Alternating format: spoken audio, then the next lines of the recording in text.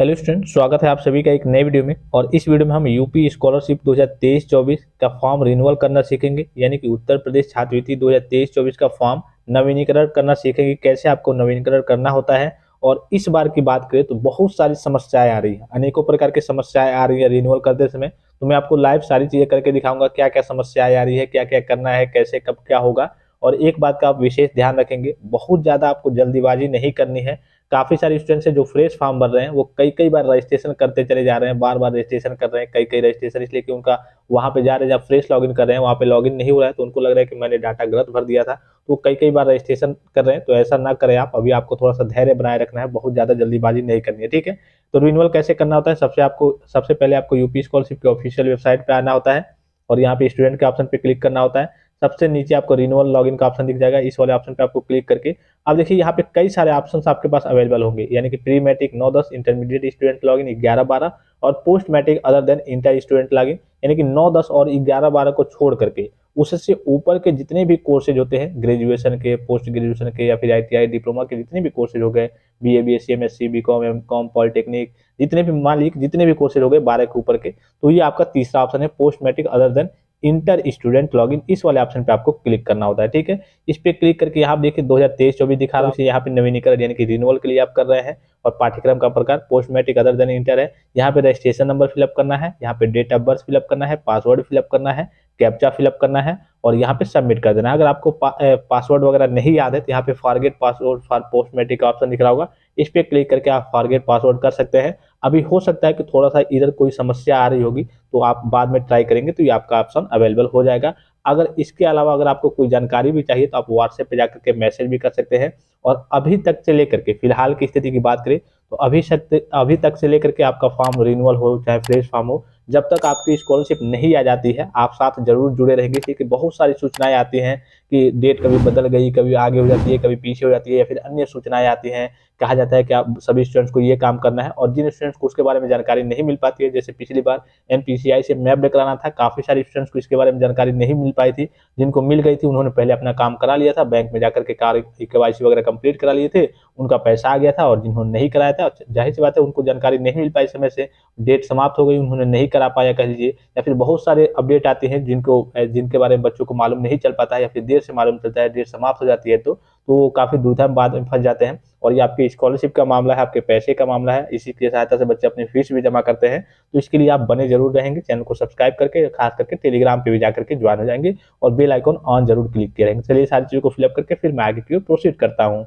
अब देखिए फाइनली सारी चीज़ों को फिलअप कर लिया गया है। यहाँ पे एक सबमिट का ऑप्शन दिख रहा होगा, इस वाले ऑप्शन पे आपको क्लिक करना होता है। जैसे इस पे क्लिक करेंगे आपका पूरा यहाँ देखिए डाटा ओपन हो गया है, ठीक है। ये आपका एक ही ऑप्शन क्या है, अभी ग्रीन है, ठीक है, सत्र 2023-24 और यहाँ पे रिन्यूअल यानी कि नवीनीकरण आपको दिख रहा होगा, ठीक है। तो यहाँ पे सारे आपके डाटा वगैरह दिख रहे होंगे, तो यहाँ से आपको यहाँ पे क्या करना है, 3 पैरेलल लाइन दिख रहे होंगे, इस पे क्लिक करना है।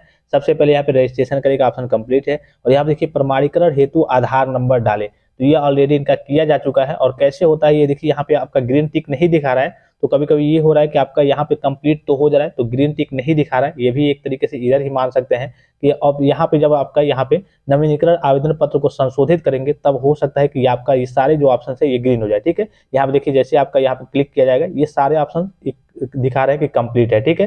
तो सबसे पहले जब आप ओपन करेंगे पहली बार तो प्रमाणीकरण हेतु आधार नंबर डालें, यहाँ पे आपको आधार नंबर डालना होता है और ओटीपी जो जाती है रजिस्टर्ड मोबाइल नंबर वो डालना होता है। फिर दूसरे ऑप्शन पे यहाँ पे मोबाइल नंबर हेतु सत्यापन करें, तो मोबाइल नंबर मतलब सत्यापन करना है आपको, तो उसमें भी आपको मोबाइल नंबर डालना होता है, ओटीपी डालना होता है और सबमिट कर देना होता है। फिर एनपीसीआई सत्यापन करें, यही आपका बैंकिंग का जो national payment corporation of India होता है उससे सत्यापन करना होता है। तो ये भी काफी सिंपल होता है, ये ऑटोमेटिकली आपके करिए कि यहाँ पे देखिए मैं क्लिक करूंगा तो यहाँ पे ये ओपन नहीं होगा, इनका किया जा चुका है, ठीक है। तो नॉर्मल सा होता है, काफी सिंपल सा होता है। उसके बाद जो सबसे मेन होता है वो क्या होता है, यहाँ पे देखिए नवीनीकरण आवेदन पत्र को संशोधित करें, ये सबसे आपका इंपॉर्टेंट होता है। कुछ इस प्रकार का इंटरफेस आपके सामने ओपन होकर आएगा। उत्तर प्रदेश में अध्ययनरत छात्र छात्राओं नवीनीकरण के लिए ऑनलाइन आवेदन पत्र सत्र 2023-24, और यहाँ पे जो सबसे पहला ऑप्शन रहेगा ये आपका ग्रीन दिख रहा होगा, रजिस्ट्रेशन विवरण। तो इसमें आपको कुछ नहीं करना है, इसमें पूरा आपका जो रजिस्ट्रेशन का डाटा होता है वो होता है, ठीक है।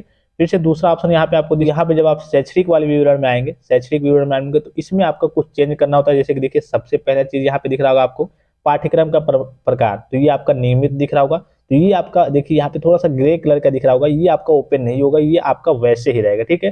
दूसरा आपका दिख रहा है यहाँ पे पाठ्यक्रम का नाम, तो यहाँ पे देखिए जब आप रिन्यूअल में आएंगे तो यहाँ पे जो आपका पाठ्यक्रम का नाम रहता है वो नहीं रहता है, यहाँ पे सिलेक्ट कोर्स का ऑप्शन आता है और यहाँ पे आपका सिलेक्ट नहीं होगा, ये भी वैसे ही है। फिर तीसरा दिख रहा होगा वर्तमान पाठ्यक्रम का ब्रांच, यानी कि ब्रांच कौन सा है, तो जाहिर सी बात है जो आपका फर्स्ट ईयर में और सिलेक्ट था तब रिन्यूअल करने आप आए हैं, तो सारी चीजें वही रहेंगी सेम ही, और ये आपका ओपन होने का ऑप्शन यहाँ पे नहीं आएगा। फिर यहाँ से चौथे से ये आपका ओपन हो जाएगा। जैसे कि आप मान लीजिए कि सेकेंड ईयर में है तो यहाँ पे 2-3 रहेगा। अब आप क्या है मतलब कि ये फाइनल ईयर में है, फाइनल ईयर के रिन्यूअल कर रहे हैं, 3 साल का कोर्स है, 3 साल के कोर्स में पाठ्यक्रम का वर्ष कौन सा है और अवधि कौन सा है, तो तीसरे साल में है और कहिए कि 3 साल का कोर्स है टोटल, तो ये आपका यही सिलेक्ट रहेगा। फिर आपका देखिए आपका ऑटोमेटिकली कभी कभी सिलेक्ट हो जाता है, अगर आप सेकंड ईयर में रहेंगे तो 2 और 3 रहेगा और फाइनल ईयर में है तो 3-3 करके है। फिर वर्तमान पाठ्यक्रम के प्रथम वर्ष में प्रवेश तिथि, यानी कि प्रथम वर्ष में जब आपका प्रवेश हुआ था कब हुआ था, तो ये भी आपका ओपन नहीं होगा, इसलिए कि फर्स्ट ईयर में जब आपका एडमिशन हुआ था वो डेट तो सेम ही रहेगा। फिर आपका देखिए वर्तमान के पाठ्यक्रम सत्र में मतलब प्रवेश तिथि, यानी कि इस बार जब आप फाइनल ईयर में है या फिर सेकेंड ईयर में है तो आपका एडमिशन किस डेट में हुआ है, तो वो डेट ये आपका ओपन होगा, यहाँ पे वो डेट आपको फिलअप करना है।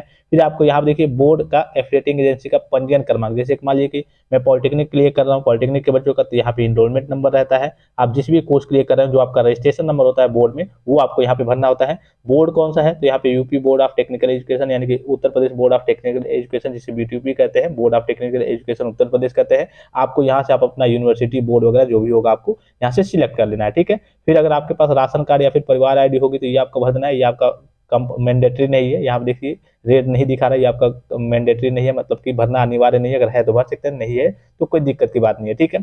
फिर यहाँ पे आपको कैप्चा दिया हुआ है और यहाँ पे ये चीज दिख रही होगी, यहाँ पे आपको टिक कर देना है और सबमिट वाले ऑप्शन पे आपको क्लिक कर देना है, ठीक है। अब देखिए मैं चलिए सारी चीजों को फिलअप करके फिर टिक करके आपको दिखाता हूँ। अब देखिए फाइनली सारी चीजों को फिलअप कर लिया गया है और यहाँ पे सबमिट का एक ऑप्शन दिख रहा होगा, इस वाले ऑप्शन पे आपको क्लिक करना है। अब देखिए जैसे इस पे क्लिक करेंगे तो एक ऑप्शन यहाँ पे कट करके आ रहा होगा कि प्लीज सिलेक्ट कोर्स ब्रांच, यहाँ पे कह रहा है कि आप अपना कोर्स और ब्रांच सिलेक्ट कीजिए, और जबकि यहाँ पे जो ऑप्शन में आप आएंगे तो यहाँ पे ये ऑप्शन अभी आपका अवेलेबल नहीं है, यानी कि ये आपका अभी दिखा नहीं रहा है, ठीक है। तो अब दिखा नहीं रहा है और ऑप्शन कह रहा है कि आप सिलेक्ट जब तक नहीं करेंगे तब तक आपके आगे आपका कार्य प्रोसीड नहीं होगा, आगे की ओर आपका कार्य बढ़ेगा नहीं। तो इसमें कह सकते हैं अभी वेबसाइट में कहिए कि कोई टेक्निकल एरर है या फिर कह सकते हैं अभी फिर से वेबसाइट अपडेट होगी। अभी जो फिलहाल की बात करें तो कई प्रकार की समस्याएं थी, ये नहीं कि एक प्रकार की समस्या है दूसरे प्रकार की समस्या नहीं है, मतलब कि अनेकों प्रकार की समस्या आ रही है। फॉरगेट पासवर्ड करने जाएंगे तो वहां पे भी समस्या आ रही है, तो इसके लिए भी आपको वेट करना होगा। जितने भी कहिए कि जो post matric other than inter के स्टूडेंट्स हैं उनको अभी वेट करना होगा। फिर यहाँ पे शैक्षिक हो गया, फिर यहाँ पे बैंक वाले विवरण में आएंगे तो बैंक में आपका पूरा डाटा दिखा देगा, इसमें आपका पूरा देखिए यहाँ पे चेंज करने का ऑप्शन आ जा रहा है। यहाँ पे अभी फिलहाल में भी आप चाहें तो यहाँ पे आप चेंज वगैरह कर सकते हैं, ठीक है। यहाँ पे पूरा चेंज करने का ऑप्शन आपके पास अवेलेबल हो जाएगा बैंकिंग वाले ऑप्शन में। फिर उसके बाद से शुल्क संबंधित आता है, ये वाला ऑप्शन आपके पास आएगा और उसके बाद से आपका लास्ट वाला जो ऑप्शन होता है वो गत वर्ष का, यानी कि पिछले साल आपने कितने में कितना पाया था, मतलब कि जो आपका डाटा रहता है, जो आपका रिजल्ट आता है वो सारी चीजें आपकी रहती है। तो अभी फिलहाल में कहिए कि काफी सारे एरर्स चल रहे हैं वेबसाइट में, अभी फिर से वेबसाइट जब अपडेट होगा उसके बाद से सारी चीजें व्यवस्थित कर दी जाएंगी। तो अभी जितने फिलहाल में post matric other than inter के स्टूडेंट्स हैं जो कोई कोर्सेज वगैरह कर रहे हैं, अभी फिलहाल में थोड़ा सा रिन्यूअल ना करें, थोड़ा सा वेट करके, हो सकता है 2-4 दिन 5 दिन या फिर 10 दिन का समय लगे, उसके बाद से आपको रिन्यूअल करना है। अभी फिलहाल में जाएंगे तो अनेकों प्रकार की समस्याओं का सामना आपको करना पड़ेगा। जो भी स्टूडेंट्स हमसे रिन्यूअल कराना चाहते हैं वो व्हाट्सएप पे कांटेक्ट कर सकते हैं, आपका फॉर्म काफी कम कास्ट में अच्छे तरीके से रिन्यूअल कर दिया जाएगा। लेकिन अभी अगर आप अपने स्तर से भी करें या फिर जहां से भी कराएं, अभी आपको ज्यादा परेशानी में पड़ने की जरूरत नहीं है और इस चीज को लेकर के काफी सारे स्टूडेंट्स परेशान भी हैं। आशा करता हूं कि ये जानकारी आपको समझ में आई होगी, और भी कोई डाउट्स हो, कोई समस्या हो तो आप कमेंट करके पूछ सकते हैं। फिलहाल इस वीडियो में इतना ही, इजाजत दीजिए, धन्यवाद, थैंक्स फॉर वॉचिंग, मिलते हैं नेक्स्ट वीडियो में।